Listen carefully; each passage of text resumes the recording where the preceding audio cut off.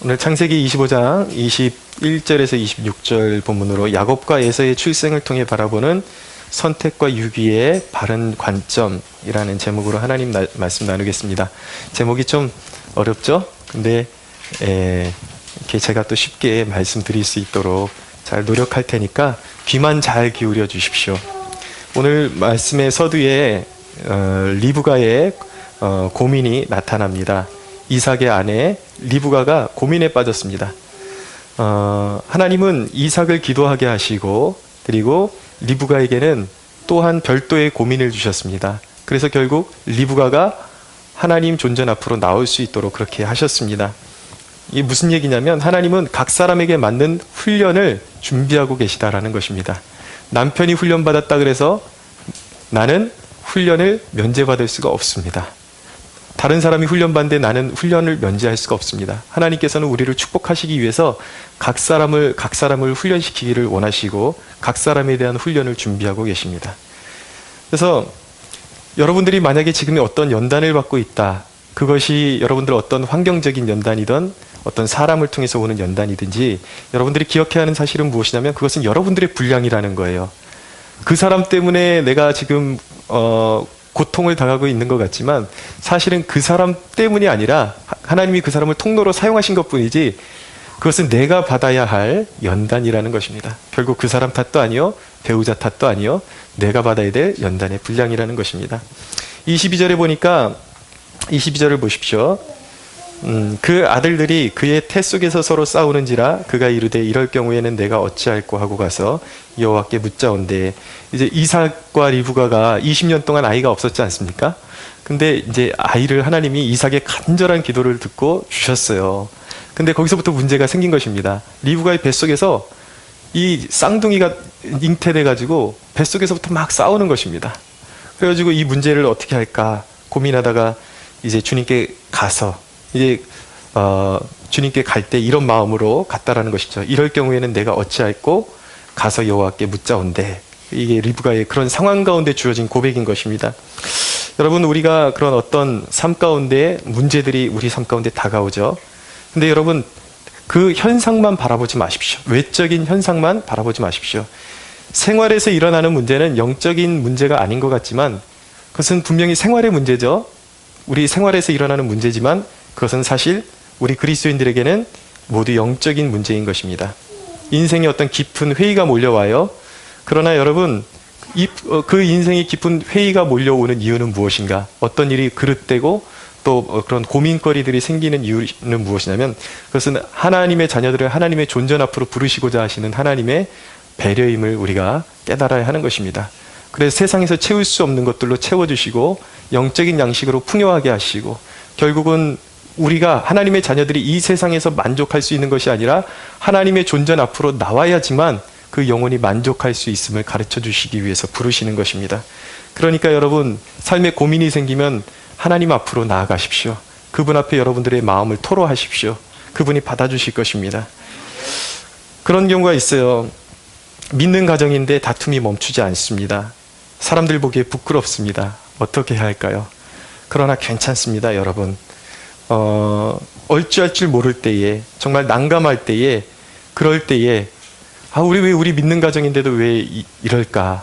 그럴 때 왜 믿음의 삶인데도 내 삶은 이럴까? 그럴 때 난감할 때에 여러분 그럴 때에 그냥 그 상황을 받아들이십시오. 그리고 그 근본 해결책이 하나님께 있음을 믿어야 하는 것입니다. 모든 상황 가운데서 그 상황은 받아들이되 단지 극단적인 선택만 하지 마십시오. 하나님의 뜻에서 크게 벗어나는 행동만 하지 마십시오. 예컨대 집안에 싸움이 많다고 극단적으로 이혼으로 몰고 가지는 마십시오. 그리고 여러분들이 혈기를 그대로 몸으로 나타내지는 마십시오. 하나님이 다스리실 것입니다.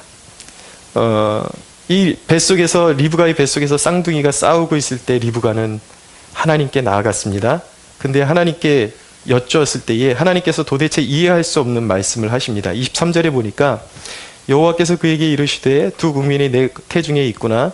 두 민족이 내 복중에서부터 나누이리라. 이 족속이 저 족속보다 강하겠고 큰 자가 어린 자를 섬기리라 하셨더라. 임신한 것까지는 좋은데 하나님이 말씀하시는 것을 받아들이기는 쉽지 않았을 것 같습니다. 둘 다 사랑스러운 아이들인데 어느 민족이 한 민족을 섬기게 될 것이라는 이 말씀 결코 이해가 쉽지는 않습니다. 여러분, 우리 삶 가운데 어떤 문제가 꼬여 있을 때 꼬인 문제를 우리가 결코 풀 수 없음을 인정해야 합니다. 그런데 여러분, 그런 문제는 어떻게 풀려야 되는가? 하나님이 긴 역사 속에서 풀어 가셔야 하는 것입니다. 그것은 하나님의 영역에 있는 것입니다. 우리는 어떤 기도를 드리면 자꾸 지금 당장 어떤 문제가 해결되는 것을 원해요. 때로는 하나님께서 바로 역사하십니다. 근데 하나님께서 우리의 삶을 통해서, 우리 각자의 가정을 통해서, 우리 각자의 인생을 통해서 넓게 보시고 펼쳐나가시는 그 구속에 대한 역사는 지금 당장 기도한다 그래서 당장 뭐가 바뀌거나, 어떤 경우에는 내가 원하는 것과 정반대 방향으로 더 일이 막 틀어지는 것처럼 이렇게 가는 경우들이 있습니다. 그럴 때 어떻게 할 거냐고요. 그럴 때 내 힘으로 억지로 그것을 바로잡으려고 그러면 어떤 현상이 일어나는가? 화가 나는 거, 기도하면서 화가 나는 것입니다. 분노가 일어나는 것입니다. 그러면서 점점 믿음을 잃어버리죠. 그러면서 기도할 전의를 상실해버리게 되는 그런 위험에 처하게 됩니다. 그러나 여러분, 그럼에도 주님께 맡겨야 됩니다. 우리가 응답에 대해서 생각할 때에 우리의 시간의 역사 속에서 점차적으로 하나님의 그 마음속에 있는, 하나님의 뜻 가운데 있는 계획을 온전히 이루어 가실 것을 믿고, 여러분, 우리가 어떻게 하나님을 믿을 수 있습니까? 하나님은 최종적으로 궁극적으로 그분에게는 악이 없으시고 선하시다라는 그 한 가지만으로도 우리는 우리의 인생을 주님께 믿고 맡겨드릴 수가 있어야 하는 것입니다. 여러분, 여러분들의 힘으로 상황을 자꾸 컨트롤하려고 하지 마십시오. 기도하십시오. 그러나 하나님께서 내가 아무리 원치 않는 상황으로 몰려간다고 할지라도 그 상황 가운데 보여주시는 하나님의 뜻과 결정에 순종해서 따라가십시오. 그리고 바라보십시오. 그리고 복종하십시오. 여러분, 이전에 제가 어떤 고전 산수화를 그리는 어떤 대가를 본 적이 있습니다. 이분이 그림을 그리는 방식은 무엇이냐면 먹물을 갖다가 큰 붓에다 찍어가지고 그냥 아무데나 한테 퍽 떨어뜨리는 거예요. 그러면 커다란 점들이 막 두두두둑 떨어집니다. 그럼 보통 사람이 보기에는 이미 그림이 망친 것 같아요. 근데 이 대가의 그 붓이 딱 그 지점에 닿는 순간부터 그림을 그려나가기 시작하는데 최종적으로 너무나도 멋진 산수화가 탄생이 됩니다. 하나님은 여러분, 우리의 인생을 이끌어 가시는 대가임을 믿으십시오. 우리의 눈으로 보기에 망친 것들도 하나님은 다 선하게 이끌어 주실 수 있는 분이심을 믿어야 하는 것입니다. 자, 오늘 말씀해 보니까 그렇게 응답을 받았는데, 자, 여호와께서 그에게 이르시되 두 국민이 내 태중에 있구나. 두 민족이 내 복중에서부터 나누이리라. 이 족속이 저 족속보다 강하겠고 큰 자가 어린 자를 섬기리라. 큰 자가 어린 자를 섬기리라. 라고 말씀하고 있습니다. 자, 여러분, 우리가 성경을 읽으면서 이해해야 되는 부분이 무엇이냐면 구약과 신약의 그런 말씀의 어떤 의중이 이렇게 나누어져 있다, 역할이 나누어져 있다라는 것입니다. 구약이 보여주는 것은 어떤 진리에 대한 사건이에요. 사건을 보여주는 것이고, 구약이 보여주는 것은 구약의 사건을 토대로 해서 그 사건의 정의를 보여주는 것입니다. 그러니까 교리적인 면. 그러니까 이런 것이죠. 이제 구약에서 어떤 민족끼리 이스라엘 백성들이, 가나안 족속들이 진멸해요. 그것은 무엇이냐면 신약에 오면 그것이 그러면 대적들을 다 죽이라는 것이구나. 그것이 아니라 그것이 바로 영적인 싸움이다라는 것을 정의하고 있는 것입니다. 신약이. 그래서 구약과 신약이 서로 역할이 달라요. 이 야곱과 에서의 사건이 보여주는 것도 그런 영적인 의미를 가지고 있는 것입니다. 기독교 교리의 가장 깊고 심오하고 은혜로운 부분을 증거하는 부분인데, 이 부분이 바로 우리의 구원이 우리의 의지나 우리의 어떤 선택, 우리의 노력에 의한 것이 아니라 하나님의 선택하심, 예정에 있다라는 것을 보여주는 대목인 것입니다. 말씀을 좀 읽어드립니다. 제가 찾아서 로마서에 있는 말씀입니다. 로마서 9장 12절에서 16절 읽어드립니다. 로마서 9장 12절에서 16절 들어보십시오. 지금 이삭과 리브가의 사건이 그대로 신약에 드러납니다. 리브가에게 이르시되 큰 자가 어린 자를 섬기리라 하셨나니 기록된 바 내가 야곱은 사랑하고 에서는 미워하였다 하심과 같으니라. 그런즉 우리가 무슨 말을 하리요? 하나님께 불의가 있느냐? 그럴 수 없느니라. 모세에게 이르시되 내가 긍휼히 여길 자를 긍휼히 여기고 불쌍히 여길 자를 불쌍히 여기리라 하셨으니 그런즉 원하는 자로 말미암음도 아니요 다른 박질하는 자로 말미암음도 아니요 오직 긍휼히 여기시는 하나님으로 말미암음이니라 라고 말씀하고 있습니다. 또 한 구절 읽어드립니다. 에베소에 있는 말씀인데 에베소 1장 3절에서 5절에 우리 구원의 비밀을 선포하고 있습니다. 어떻게 선포하는가? 찬송하리로다. 하나님 곧 우리 주 예수 그리스도의 아버지께서 그리스도 안에서 하늘에 속한 모든 신령한 복을 우리에게 주시되 곧 창세전에 그리스도 안에서 우리를 택하사 우리로 사랑 안에서 그 앞에 거룩하고 흠이 없게 하시려고 그 기쁘신 뜻대로 우리를 예정하사 예수 그리스도로 말미암아 자기의 아들들이 되게 하셨다라고 말씀하고 있습니다. 할렐루야. 여러분, 구원은 하나님의 예정하심과 선택을 통해서 이루어진다라는 것입니다. 선택은 논쟁을 위한 것이 아닙니다. 그게 말이 되냐? 그런 의문이 들죠? 어떻게 그런 일이 일어날 수가 있느냐? 그런데 여러분, 오늘 그 오해를 좀 풀어드리려고 하는 것입니다. 이 선택의 영광은 구원받은 자들로 하여금, 구원받은 사람들이 하나님의 그 놀라운 사랑을 찬양하게 하는 것이며 겸손하게 하는 데 이 교리의 목적이 있는 것입니다. 결코 논쟁을 위한 것이 아닙니다. 자, 우리가 여기서 이 본문을 통해서 우리가 질문해야 되는 것은 왜 야곱이냐라는 거예요. 왜 야곱이냐? 왜 하나님께서 에서를 버리시고 야곱을 선택하셨느냐? 그 부분이 질문인 것이죠. 핵심 질문인 것이죠. 자, 이 부분이 우리에게 던지는 질문은 무엇이냐면 왜 선택이냐라는 질문을 던지고 있는 것입니다. 여러분, 우리가 구원받는 데 있어서 왜 선택이어야만 하는 것일까요? 왜 선택이 아니면 인간에게 희망이 없는 것일까요? 자, 첫째로 인간이 특별한 영적인 상태에 있기 때문입니다. 인간은 특별한 영적인 상태로 태어납니다. 그것이 무엇이냐면 영적인 죽음의 상태에서 태어난다라는 것입니다. 여러분, 우리가 다 살아있는 것 같지만, 모든 사람들이 살아있는 것 같지만 영적으로 죽어있는 상태라는 거예요. 그래서 그들이 살아있는 것 같지만 궁극적으로 죽어있는 상태이기 때문에 죽음으로 가고 있는 것입니다. 이 꽃을 꺾어놓으면 잠시 살아있는 것 같아요. 그러나 이내 말라버리고 마는 것입니다. 왜입니까? 꺾어지는 순간 수분은 있어서 잠시 파릇파릇한 것 같지만 이미 사형 선고가 거기 내려져 있는 것이죠. 죽어 있는 것입니다. 그런 것과 마찬가지로 인간이 에베소에 보면은 죄와 허물로 이미 죽은 상태에서 태어났다라고 말씀하고 있습니다. 첫 사람의 타락 이후 인류의 소유권은 누구에게로 넘어갔는가? 마귀에게로 넘어갔습니다. 그 얘기는 무엇이냐면 하나님이 온 인류의 통치자이시지만 인간이 마귀와 손을 잡음으로 인해서 영적인 존재인 마귀의 수하 아래로 들어가게 되었다라는 것입니다. 근데 그 마귀의 수하에서 건져내는 것이 바로 하나님의 구원의 역사인 거예요. 여러분, 인류는 하나님이 원하시는 선을 행할 능력을 잃어버렸습니다. 구약 전체가 보여주는 바가 무엇이냐면 하나님의 은혜가 먼저 선행되지 않고는 하나님을 먼저 찾는 자가 없었다라는 것입니다. 오히려 여러분 보십시오.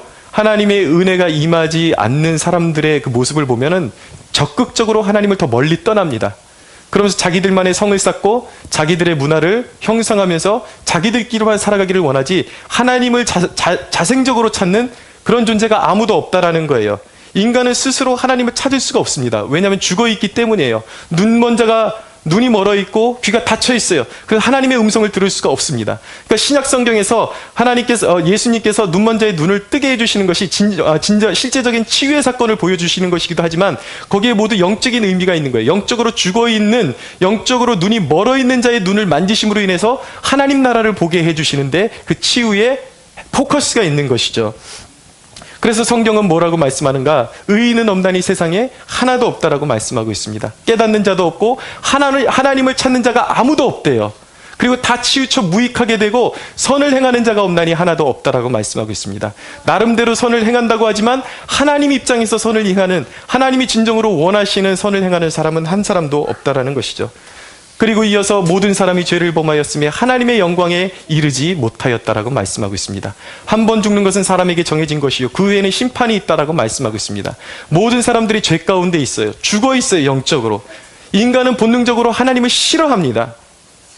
여러분들, 제가 이전에 사회교육원에서 이제 그 학사 과정을 이제 이수하기 위해서 거기서 공부를 한 적이 있었는데 이 교육원에서 제가 틈이 나면 학생들에게 전도를 했습니다. 근데 너무 인상이 좋으시고 너무 평소에 잘 대해 주셨던 한 아주머니가 계셔서 이제 오랜 그 인생에 그렇게 살아가시다가 이제 다시 공부해야 되겠다 그래서 오신 이런 연세 드신 분들이 꽤 많았습니다. 그런데 제가 복음을 증거하니까 그 인자했던 얼굴에서 갑자기 그 눈빛이 이 살모사의 눈빛으로 변하더라고요. 깜짝 놀랐습니다. 저를 막 혐오하고 막 경멸하는 눈초리를 쳐다보면서 막 목소리까지 변하면서 내가 왜 불쌍한데? 그러면서 너희들은 왜 나를 그렇게 우리를 그렇게 불쌍하게 보는데? 그러면서 난 기분 나빠. 그러면서 살모사의 눈초리가 돼서 정말 죽일 듯이 사람을 쳐다보면서 그렇게 이야기를 하더라고요. 인간은 근본 하나님을 싫어합니다. 하나님을 먼저 추구하는 사람이 없습니다. 인간이 태어나면요, 어떤 존재를 인식하게 될 때 어떻게 인식하게 되냐면 어떤 존재를 경험하게 되면서 인식을 하게 됩니다. 그러니까 먹는 것도 다 하나하나 경험되면서 이것이 먹을 수 있는 건지 먹을 수 없는 건지 그렇게 이제 분간이 되는 것이죠. 인간도 그렇단 말이에요. 경험이 되어 있지 않은데 인간의 지금 현존이, 지금 우리의 처한 상황이, 인간이 처한 상황이 어떠냐면 하나님을 자신의 노력으로 경험할 수 없다라는 것입니다. 영적으로 죽어 있기 때문이에요. 쉽게 말해서 시체에게 너의 노력으로 한번 일어나봐, 깨어나봐, 이렇게 말하는 것과 마찬가지라는 것이죠. 결코 반응할 수 없다라는 것입니다. 죽어 있기 때문이에요. 방법은 단 한 가지인 것입니다. 알아듣기 쉽게 다시 한번 설명드릴게요. 여러분들이 깊은 구덩이에 빠져서 죽을 날만 기다리고 있는데 여러분들이 살 수 있는 유일한 방법은 무엇입니까? 인간적으로 대답하면 그렇겠죠. 묘행이 누가 지나가다가 그것을 보고 발견해서 누군가가 발견하고 나를 꺼내줘야 되는 것이죠. 맞습니까?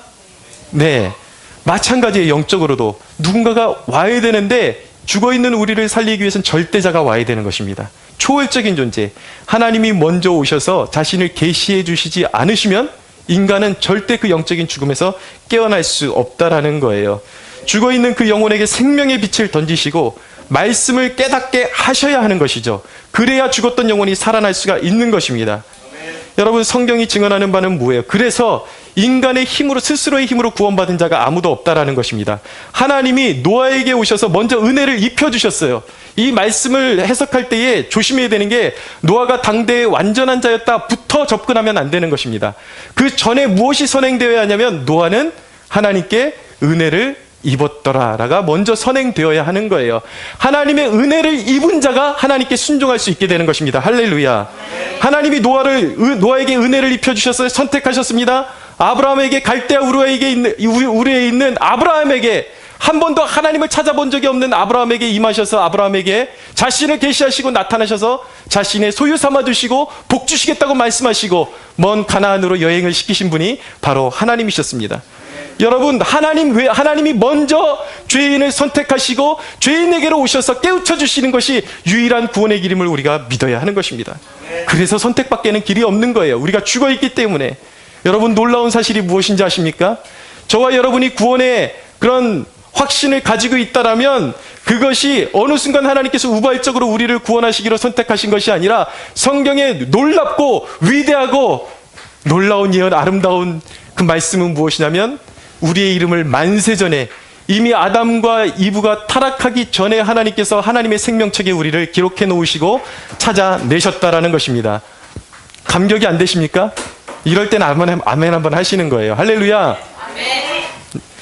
여러분, 우리가 왜 하나님께서 이 인생을 이렇게 길게, 왜 죄인들을 당장에 멸망시키지 않고 이렇게 수천 년 동안 이렇게 하나님께서 역사를 끌어오시면서 죄인들의 광포를 눈감아 보시고 계속 관가하시면서 이 역사를 이끌어 오셨는지 아십니까?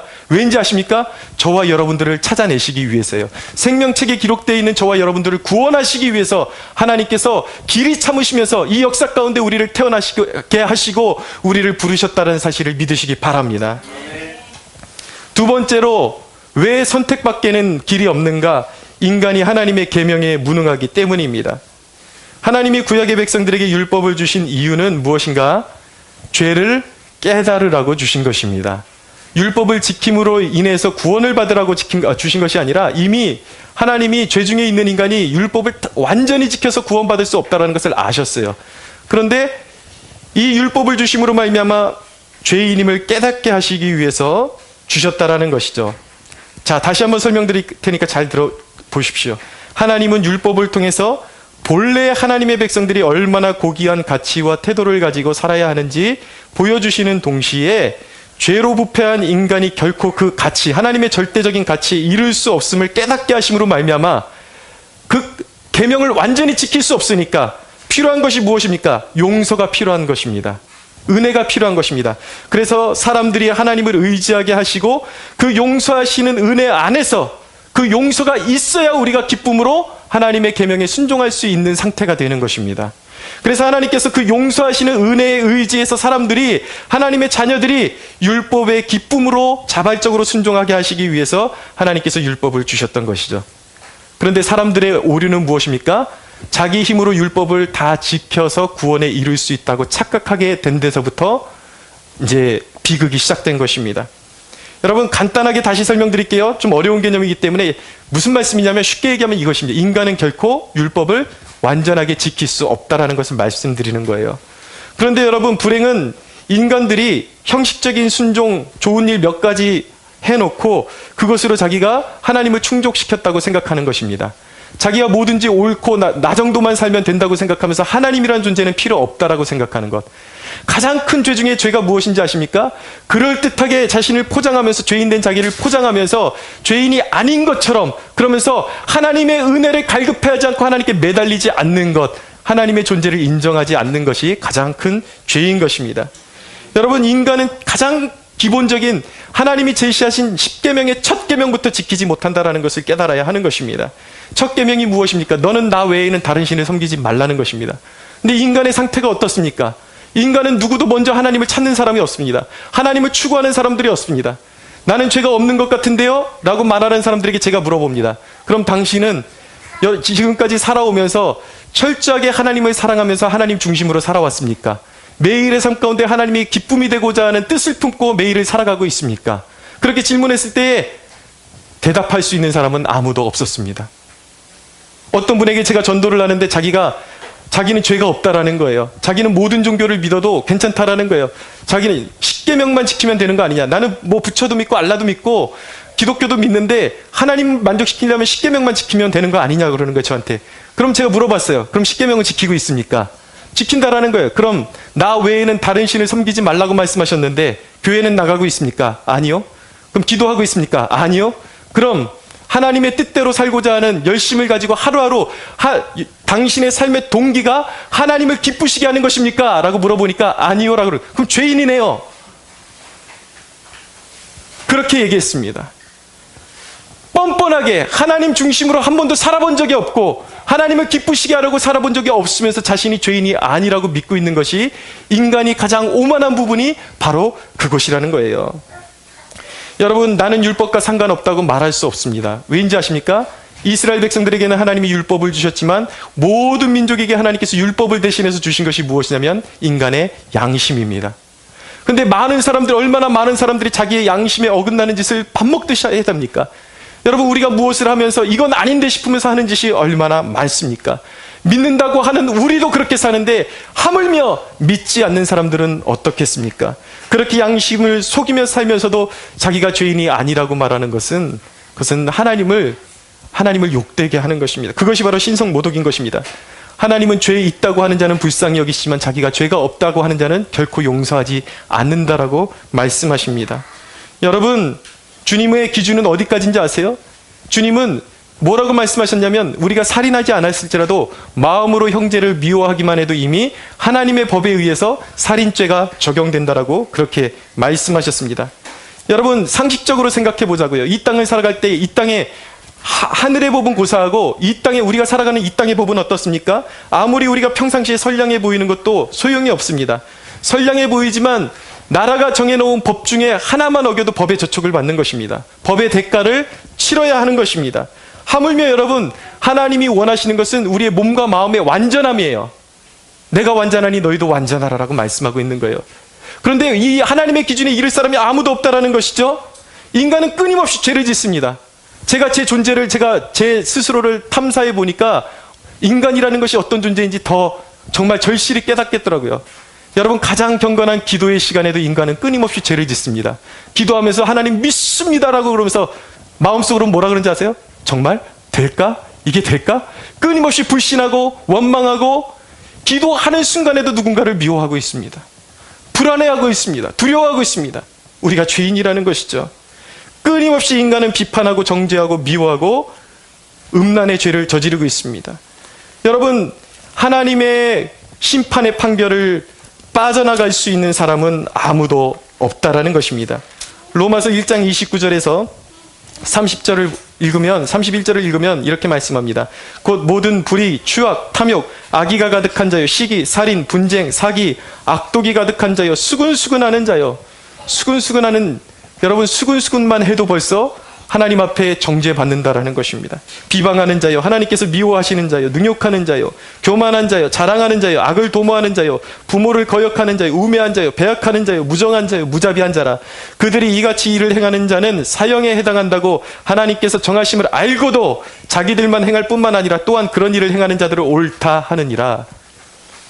여러분, 인간은 결코 하나님의 심판을 피해갈 수가 없는 존재인 것입니다. 그대로 두면 스스로 멸망할 수밖에 없는 존재라는 거예요.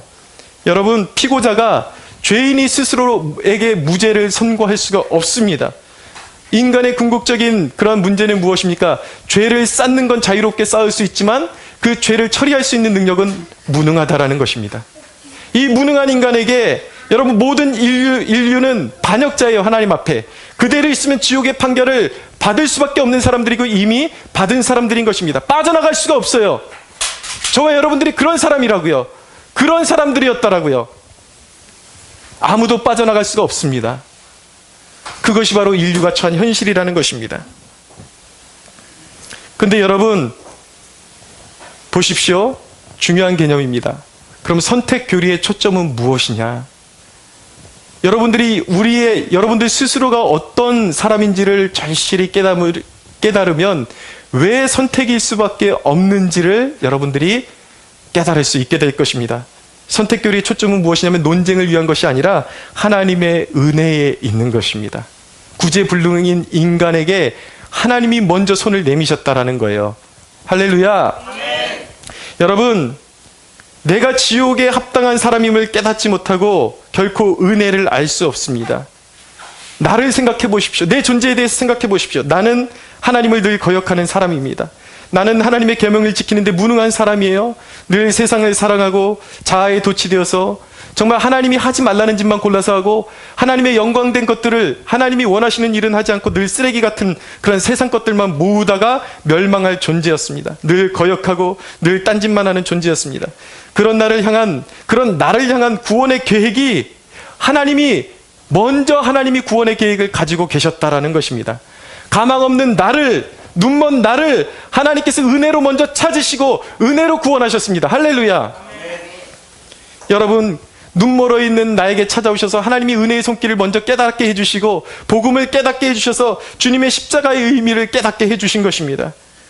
여러분, 그 십자가의 의미를 깨닫고 궁극적으로 주님께서 주님의 십자가를 믿게 하심으로 구원을 받게 된 것입니다. 여러분, 믿음 또한 우리가 공로가 아니라는 사실을 우리가 깨달아야 하는 것입니다. 탁월한 변증가인 C.S. 루이스라는 분이 증언하기를, 그분이 예수를 믿었을 때 자신의 그 감정을 고백하기를 어떻게 고백했냐면, 복음이 내게 증거되어졌을 때에 다른 길을, 예수님을 붙잡는 것 외에 다른 길을 선택하는 것은 불가능해 보였다라고 그렇게 고백을 했습니다. 하나님이 은혜를 주시니까, 그 십자가를 깨닫고 나니까 이제 하나님을 거부하는 것은 이제 불가능해지는 거예요. 하나님이 이 죄인이 할 수 있는 일은 그 십자가를 붙잡고 구원받는 일 외에는 없다라는 것을 깨닫게 되었다라는 것입니다. 에베소 2장 8절에서 9절은 말씀합니다. 너희는 그 은혜에 의하여 믿음으로 말미암아 구원을 받았으니 이것은 너희에게서 난 것이 아니요 하나님의 선물이라. 행위에서 난 것이 아니니 이는 누구든지 자랑하지 못하게 함이라 라고 말씀합니다. 여러분, 선택은 말씀드렸듯이 어떤 논쟁을 유발시키거나 교만하게 하는 것이 아닙니다.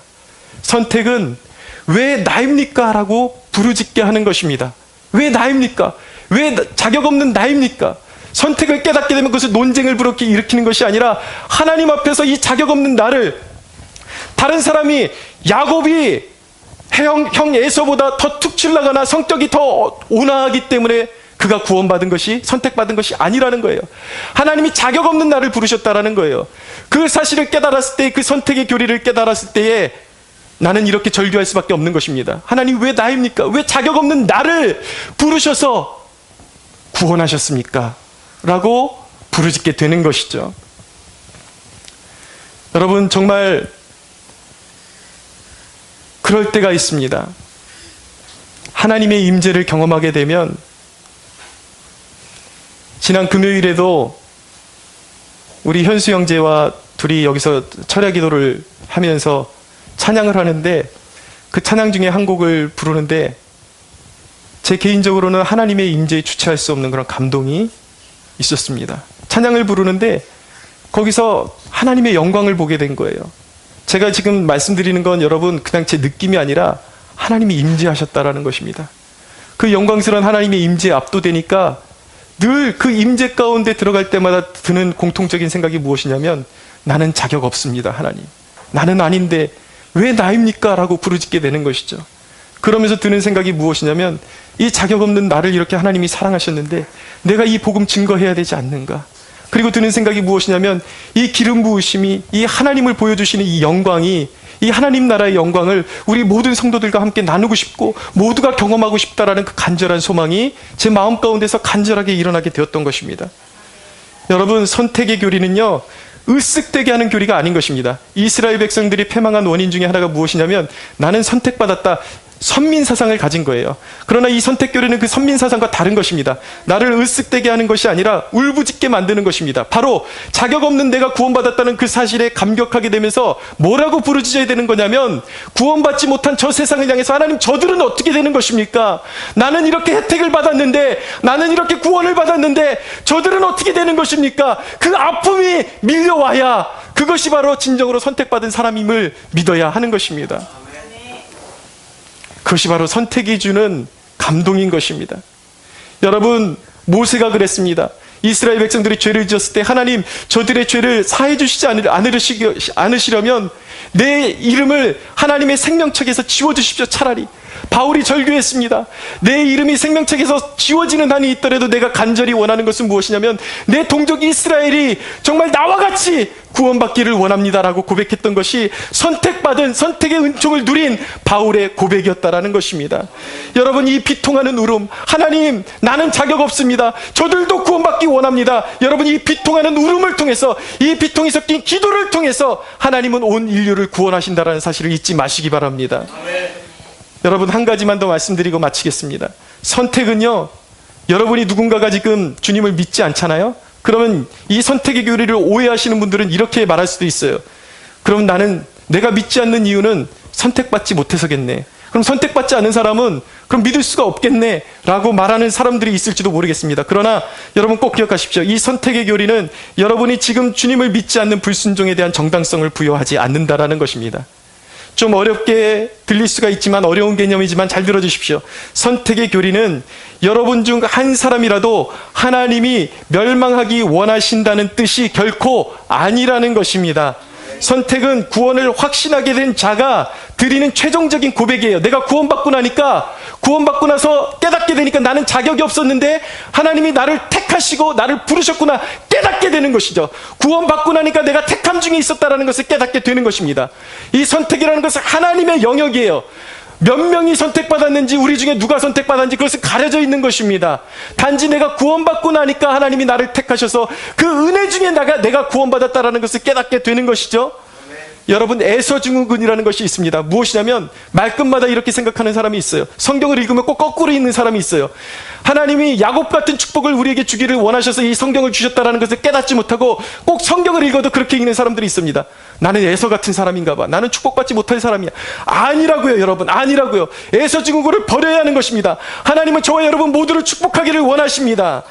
여러분, 하나님이 설교자를 세우신 이유가 무엇인지 아십니까? 여러분들에게 전도자를 보내시는 이유가 무엇입니까? 성경은 말씀하세요. 한쪽에서는 하나님의 택하심이라고 말씀하지만 또 한편에서 하나님께서 말씀하시는 것은 무엇이냐면 주 예수를 믿으라. 그리하면 너와 내 집이 구원을 받으리라. 할렐루야.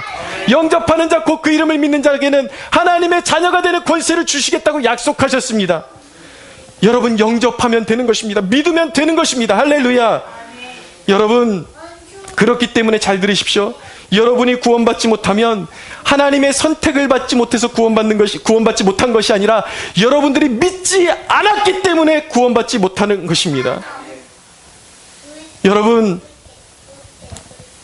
길거리를 가면서 그런 감동에 젖어들 때가 있습니다. 불쑥불쑥 그런 하나님의 임재에 그 눈물이 펑펑 솟아오를 때가 있어요. 며칠 전에도 그런 경험이 있었습니다. 길을 가고 있는데 제가 도저히 목사인 것이 믿어지지 않는 내 마음의 그런 죄악들, 그런 것들이 막 솟아오를 때 어찌할까? 어떻게 해야 되나? 근데 이런 모습으로 어떻게 목회를 해야 되나? 그런 갈등이 있을 때가 있어요. 그런데 여러분, 그 순간 깨달아지는 그 놀라운 은혜가 무엇이냐면, 그렇기 때문에 예수 그리스도가 바로 나의 방패가 되신다라는 것입니다.